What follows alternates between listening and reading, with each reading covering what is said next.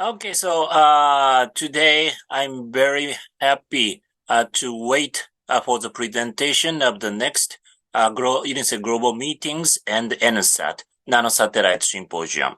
And before going into the proposal presentation, I'd like to show the details of the Nanosatellite Symposium up till now as some references.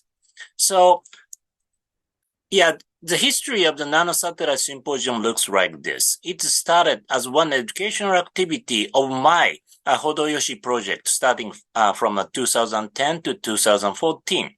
The first Nanosatellite Symposium was held in Tokyo in 2010. And the second Tokyo's symposium is very, very memorable because it was held just after the big earthquake in Japan. And in this way, UNISEC-Global meeting and the Nanosatellite Symposium has been held concurrently. And since the sixth Nanosatellite Symposium in the year, when we have ISTS, it's a very big international symposium of space technology and science in Japan. We organize NSAT as one session of ISTS, small satellite session. And this year, we had the 12th NSAT in Kurume with ISTS in this June. And where we will have the NSAT 13th in 2024.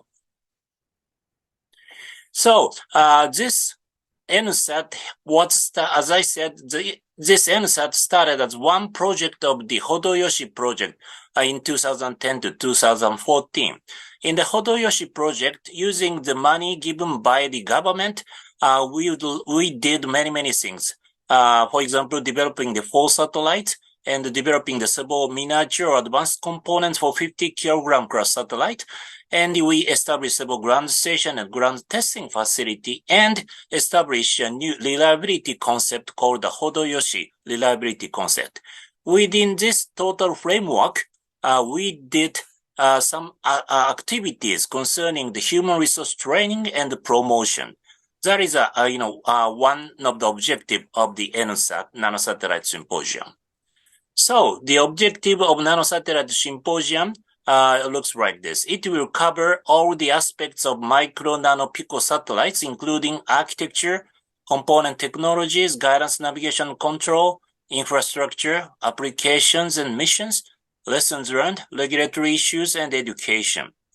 It also aims for the technology exchange, human resource training, promotion of micro, nano, pico satellite to many countries, and the community development within this micro, nano, pico satellite is very, very important. Why we started NanoSat?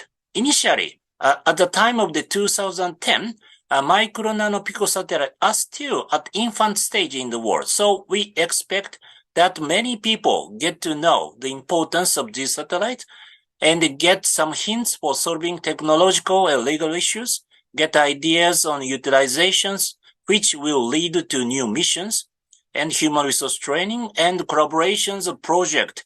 International collaboration may occur. But in later years, micro, nano, pico satellites, new wave is making a very big game change in the world. That means our direction was not wrong. So since then, we have been more focusing on cutting-edge technologies and new missions, its utilizations, legal matters, solution, and so on. More practical application has been started. And educational objectives still remain, but it will go from low level to high level. So let me show the several categories of the presentations in NSAT using the example of our Japanese activities of the micro, nano, pico satellite. First, the component technology constitutes a very big category. So this is a component which has been developed by the Hodoyoshi project in 2010 to 2014.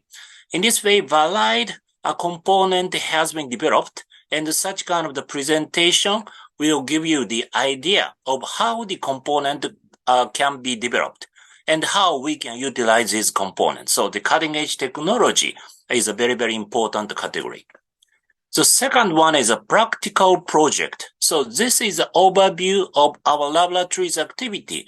We developed the SOBO satellite starting from one new CubeSat in 2003, and the education and experiment was our first target, and space science, Earth observation, technological demonstration, capacity building support for foreign countries, entertainment, and space exploration. So in this way, currently the micro, nano, pico satellite are utilized for the many objectives. So this kind of the practical project constitute a very important category for the presentations. So this is a recently launched satellite called Icarus, which is a 6U CubeSat launched by the American Artemis rocket in last November. And so this satellite will take this kind of very complicated trajectory to the Earth-Moon Lagrange point 2. So this will give the orbital mechanics, guidance, navigation, control technology as a category. And the launch opportunity and interface is another very important category. And after you launch your satellite, lessons learned from project will constitute a very important category. Hodoyoshi developed the ground test facility, especially in the Kyushu Institute of Technology. So the space environment and ground test would be another very important category. Ground station was developed within our universities, and so the ground station and the satellite operations will be another very important category. And of course, education still remains a very important category. So this is, pictures for the CANSAT and ALICE experiment.